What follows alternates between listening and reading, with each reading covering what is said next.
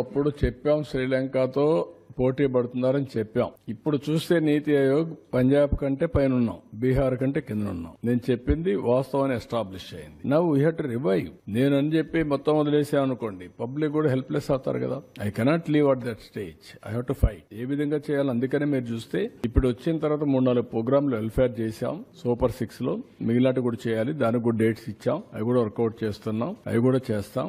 ఏ విధంగా తీసుకెళ్లాలో తీసుకెళ్లి మళ్ళా దీన్ని గట్టెక్కించి రాష్ట్రాన్ని గాడిలో పెడతాం. Will do it. అందుకే మమ్మల్ని నమ్మారు. 93% స్ట్రైక్ రేట్ ఇచ్చారంటే ఒక నమ్మకం, ఒక విశ్వాసం, ఒక ట్రస్ట్. ఆ ట్రస్ట్ ని బ్రీచ్ చేస్తే కరెక్ట్ కాదు. వాళ్ళ మారిగా బాధ్యత రాహిత్యంగా పనిచేయలేం, అట్లని చెప్పి ఇచ్చలవిడిగా చేయలేం. నేను అందుకనే ప్రజల్ని కాన్ఫిడెన్స్ తీసుకుంటున్నాను. I want to place everything before public. Time to time ఇస్తాను. నేను అన్ని చేస్తాను. చేసిన తర్వాత ఏది కూడా సంపద సృష్టించినా, ఆదాయాన్ని పెంచినా, ఆదాయం ఎవరికి చెందుతుంది? It is a public. What all I create wealth, it is a public property. అందుకనే ఇవన్నీ చేసి వాళ్ళకు కూడా గవర్నమెంట్ లో డబ్బులు సంపద సృష్టించడమే కాదు, రైట్ టైంలో వాళ్ళకు కూడా వెసులుబాటు రావాలి. లేదు నేను సంపద సృష్టిస్తున్నాను తర్వాత ఇస్తాను, మీరు మాత్రం సఫర్ కండి అంటే సఫర్ అవడానికి సిద్ధంగా లేరు. ఒక మిస్ గవర్నెన్స్, ఒక కరప్ట్ గవర్నెన్స్ చేసినప్పుడు దాన్ని కరెక్ట్ చేసి మళ్లీ నేను ఏ విధంగా ట్రాక్ లో పెట్టడమే కాకుండా వాళ్ళ ఇబ్బందులు కూడా అధిగమించే విధంగా I have to plan it.